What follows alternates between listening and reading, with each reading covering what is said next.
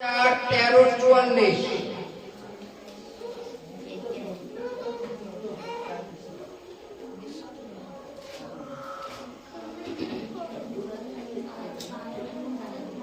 পেয়েছে। Hallelujah, thank you.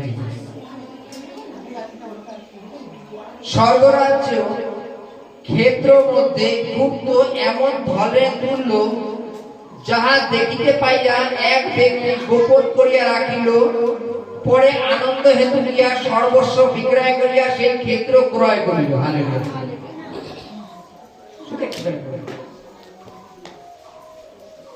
আছে, বাইবেলে আছে, বলছে স্বর্গরাজ্য এমন এক ক্ষেত্রের গুপ্ত ধনের তুল্য, যাহা সে আনন্দপূর্বক বাড়ি গিয়া সর্বস্ব বিক্রয় করিয়া তা ক্রয় করিল। Hallelujah, hallelujah. আমি এই পাড়ার থেকে বাস যাচ্ছিল, প্রথমবার আমি দীঘায় গেছিলাম। দীঘায় গিয়ে দেখলাম না বেশ ভালো তো জায়গাটা। আমি বাড়ি এসে বললাম সবাই চলো দীঘায়, 600 টাকা করে নিয়ে যাবো।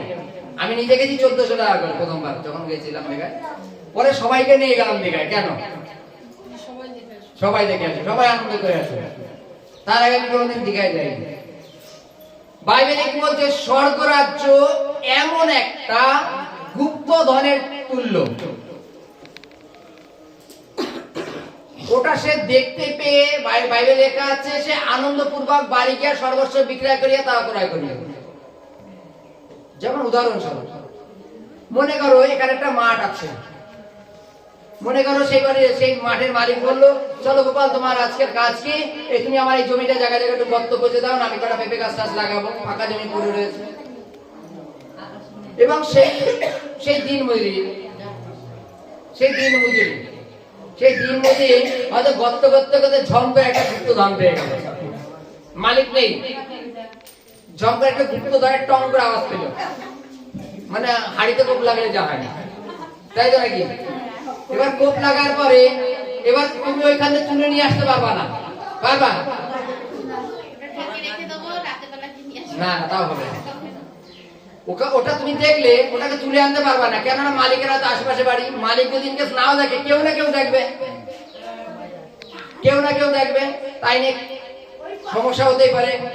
এর থেকে কি করা উচিত? বাইবেলে কি লেখা আছে? সেই ব্যক্তি ওটাকে আবার বন্ধ করে দিল, দিয়ে পাশে গর্ত করে পেঁপে গাছ পুঁতে দিল। দেওয়ার পরে একটা চিহ্নিত থাকলো কিন্তু এই পেঁপে গাছের পাশে। তাই তো? রাত্রে এসে চুরি না। বাইবেলে বলছে সে ডাইরেক্ট মালিকের বাড়িতে গেছে, মালিক আমি যদি আপনার এই জমিটা কিনি কত দেবেন? এই জমিটা মালিক কত বললো? 10 লাখ টাকা। সে জানে যে আমার যা বিটে বাড়ি আছে তা বিক্রি করলে 7-8 লাখ টাকা মতো হবে, 10 লাখ হবে না। বাইবেলে লেখা আছে সে তার বউয়ের যা সোনা দানা ছিল সমস্ত কিছু বিক্রয় করে 10 লাখ টাকা এক জায়গায় করলো, করে মালিককে বলছে, মালিক এই নেন 10 লাখ, এই জমিটা আমাকে দেন। এবার ওই জমিটা নেওয়ার পরে ওই মুক্তর মালিককে, গুপ্তধনের মালিককে, এটা কি বুদ্ধিমানের কাজ না? বাইবেলে কি বলছে যে এমন একজন, মানে স্বর্গরাজ্যে এমন এক গুপ্ত ধনের তুল্য, যাহা টের পেয়ে আনন্দ সহিত সমস্ত কিছু বিক্রয় করিয়া সেই জমিটাই কিনে নিল। হালেলুয়া। আজকে প্রার্থনা, ঈশ্বরের আরাধনা, প্রার্থনা এমন একটা গুপ্ত ধন, যার জন্য তোমরা জগতের সবার সাথে লড়াই করে রবিবার দিন প্রার্থনায় আসো।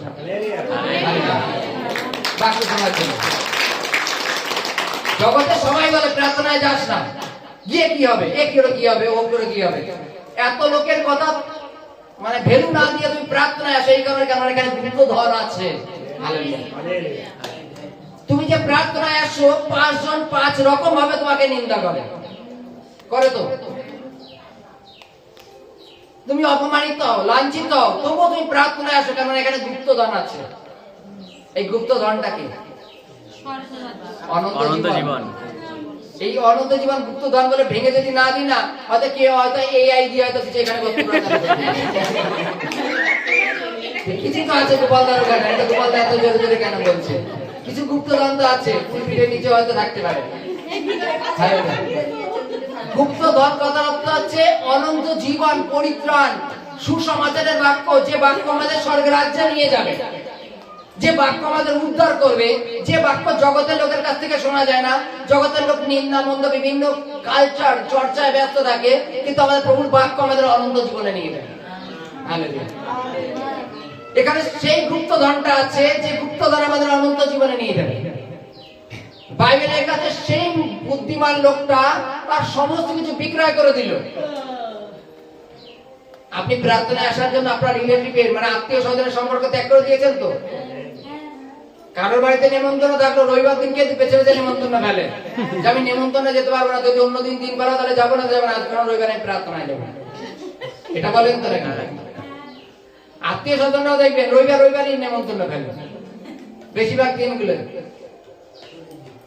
বাইবেলে বলছে সমস্ত কিছু মানে ত্যাগ করে দিয়ে উত্তম জমিটা ক্রয় করে, উত্তম জমিটা ক্রয় করা। কেননা এর মধ্যে যে উত্তম গুপ্ত ধনটা রয়েছে সেটা কি করবে? আমাকে অনন্ত জীবনে নিয়ে যাবে।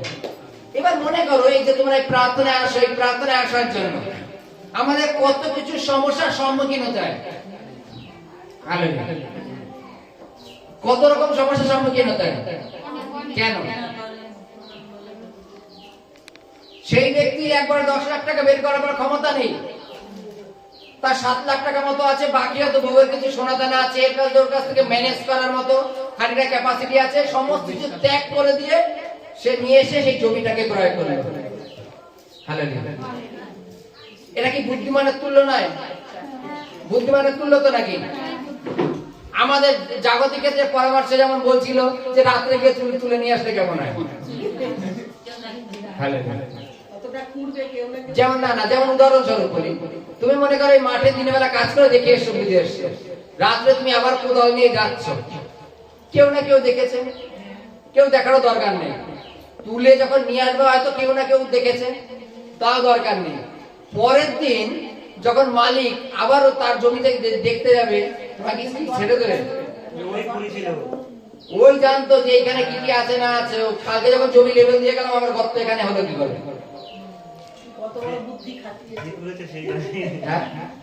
তুমি গর্ত বুঝতে গেলে তো খানিকটা গর্ত বুঝতে হতো। আর চুরি জিনিসটা তোমার অলরেডি তোমার ঘাত পা কাঁপবে বা নিজেকে ভয় ভয় লাগবে, পুলিশ আসলো কিনা বা পাড়ার 5 জন আসলো কিনা, কিছু না কিছু ভাবে তুমি ধরা পড়বাই করবা। কিন্তু তার থেকে বুদ্ধিমান যদি তুমি জমিটা কিনে নাও, কেমন হয়? আমার জমি, আমি যেখানে কিছু গর্ত করতে পারি, যেখানে কিছু ঘর করতে পারি। আগে চারিকালে বাঁশ পুঁতে একটা পলিথিন টানে ঘর করলাম, পরে মাটি খুঁড়ে তুলে নিলাম, তাহলে হিসাব দিতে হবে না। এটা কি বুদ্ধিমান নাকি? হালেলুয়া। এটাই তো বুদ্ধিমান নাকি? সেই ব্যক্তি সেটাই করেছিল, যে তার সমস্ত দামি দামি জিনিসও বিক্রি করে দিল। কেউ বলছে চল দেখ তোর রোডের পাশে জমি, এই জমির এত মূল্য, এই আর কয়েকদিন পর জমির দাম বাড়বে, তোর জমির পাশে একটা বড় হাইওয়ে হচ্ছে, এই জমির দাম এত কোটি টাকা হবে, তুই এখন বেচে দিবি। কিন্তু সে এর থেকেও অমূল্য একটা পেয়েছে, যে কিনা ওগুলো বেচে দিতে সে একটুখানি দ্বিধাবোধ করলো। হালেলুয়া।